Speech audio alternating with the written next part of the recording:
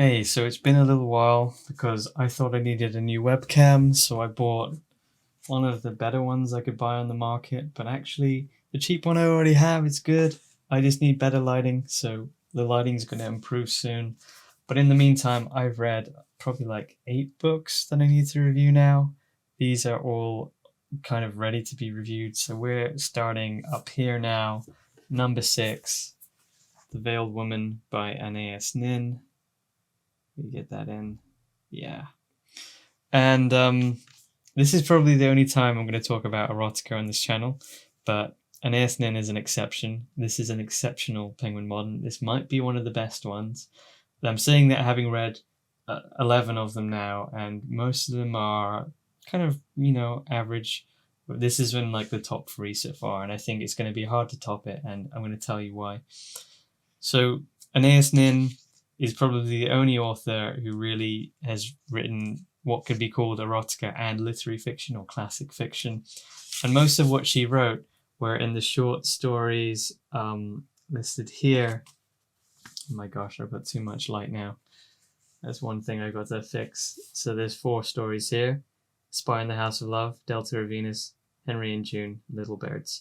Now, Delta of Venus and Little Birds are the main short story collections of Anaïs Nin. They're all erotica. Those are the 2 main books that she wrote that are popular. And in this book here, for £1, you're getting 4 short stories from both Delta of Venus and Little Birds. So this is the greatest hits of Anaïs Nin.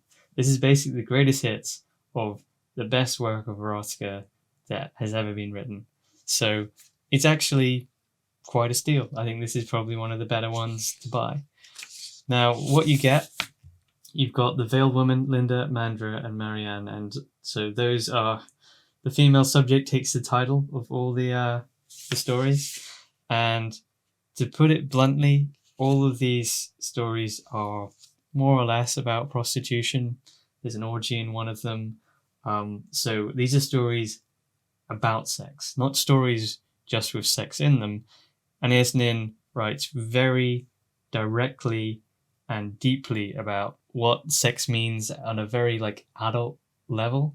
So it's very mature. It's very realistic, and it's just there's nothing like it. There's really nothing like it, and I think Anaïs Nin is very underrated for reasons I'll get to soon.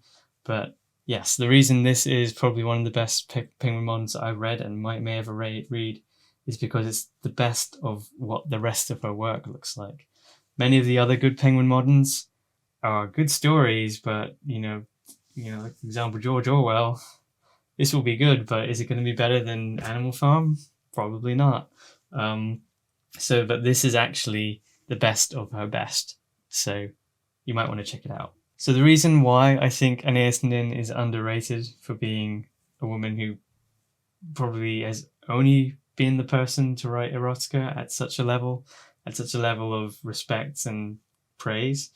I think the reason why you don't hear about Anaïs Nin much is because a lot of people don't like the way that she writes about some of the things. People don't like the way that she calls the genitals sex. She'll say his sex or her sex instead of his penis or her vagina. And I actually think it's very progressive to write that way. And I think for someone to write about that in the 40s shows that's at the level of gender studies reasoning we have now. So what she's saying is she wants to define people by the gonadal sex, the biological ways of defining one's biological sex. There are many ways. You can do it through hormones, or you can do it through the genitals like she's doing here.